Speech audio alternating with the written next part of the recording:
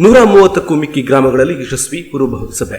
ಅಘನಾಶಿನಿ ನದಿ ಜೋಡಣೆ ವಿರೋಧಿಸಿ ಫೆಬ್ರವರಿ 11ರಂದು ಪಾದಯಾತ್ರೆ, ಬೃಹತ್ ಬಹಿರಂಗ ಸಭೆಗೆ ಸನ್ನದ್ಧ. ರವೀಂದ್ರ ನಾಯ್ಕ್. ಜನ ಮತ್ತು ಪರಿಸರ ವಿರೋಧಿ ಅಘನಾಶಿನಿ ವೇದಾವತಿ ನದಿ ಜೋಡಣೆ ವಿರೋಧಕ್ಕೆ ಫೆಬ್ರವರಿ 11ರಂದು ಸಿದ್ದಾಪುರದಲ್ಲಿ ಹಮ್ಮಿಕೊಳ್ಳಲಾದ ಬೃಹತ್ ಪಾದಯಾತ್ರೆ ಮತ್ತು ಬಹಿರಂಗ ಸಭೆಯ ಯಶಸ್ಸಿಗೆ ಹೋರಾಟಗಾರರು ಸಂಪೂರ್ಣ ಸನ್ನದ್ಧರಾಗಿದ್ದಾರೆ ಎಂದು ಅರಣ್ಯ ಭೂಮಿ ಹಕ್ಕು ಹೋರಾಟಗಾರರ ವೇದಿಕೆಯ ಅಧ್ಯಕ್ಷ ರವೀಂದ್ರ ನಾಯ್ಕ್ ಅವರು ತಿಳಿಸಿದ್ದಾರೆ.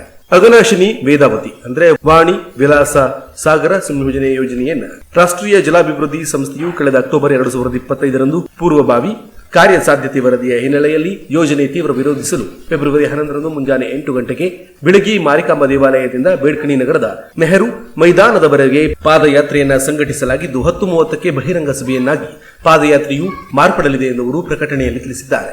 ಯೋಜನೆಗೆ ವಿರೋಧಿಸಿ 25,000ಕ್ಕೂ ಮಿಕ್ಕಿ ಕೇಂದ್ರ ಪರಿಸರ ಸಚಿವಾಲಯಕ್ಕೆ ಆಕ್ಷೇಪ ಪತ್ರ ತಾಲೂಕಾಡಳಿತದ ಮೂಲಕ ಸಲ್ಲಿಸಲಾಗುವುದು ಹಾಗೂ ಜಿಲ್ಲೆಗೆ ಯೋಜನೆಗೆ ಅರಣ್ಯ ಭೂಮಿ ಸಾಕು ಹಾಗೂ ವಾಸ್ತವ್ಯ ಮತ್ತು ಸಾಗುವಳಿಗಾಗಿ ಅರಣ್ಯವಾಸಿಗಳಿಗೆ ಸಾಗುವಳಿ ಹಕ್ಕನ್ನು ನೀಡಬೇಕೆಂದು ಆಗ್ರಹಿಸಿ ಅರಣ್ಯವಾಸಿಗಳಿಂದ ವೈಯಕ್ತಿಕವಾಗಿ ಆಕ್ಷೇಪ ಪತ್ರ ಸಲ್ಲಿಸಲಾಗುತ್ತದೆ ಎಂದು ಅವರು ಪ್ರಕಟಣೆಯಲ್ಲಿ ತಿಳಿಸಿದ್ದಾರೆ.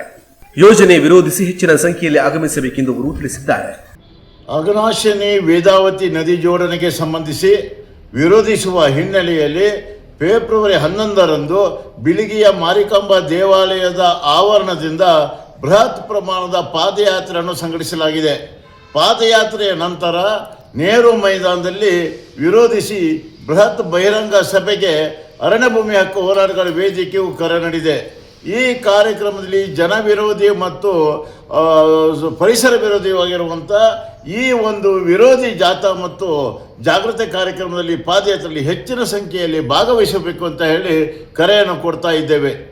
ಫೆಬ್ರವರಿ 11ರಂದು ಕೇಂದ್ರ ಮತ್ತು ರಾಜ್ಯ ಸರ್ಕಾರಕ್ಕೆ ಈ ಯೋಜನೆಯನ್ನು ಆಕ್ಷೇಪಿಸಿ ಸುಮಾರು 25,000 ಅರಣ್ಯವಾಸಿಗಳಿಂದ ಸಾರ್ವತ್ರಿಕರಿಂದ ಸಮಸ್ಯೆಗಳನ್ನು ಎದುರಿಸುವಂಥ ಜನಗಳಿಂದ ಆಕ್ಷೇಪ ಪತ್ರ ಸಲ್ಲಿಸಲಿಕ್ಕೆ ನಿರ್ಧಾರವನ್ನು ಮಾಡಿದ್ದೇವೆ.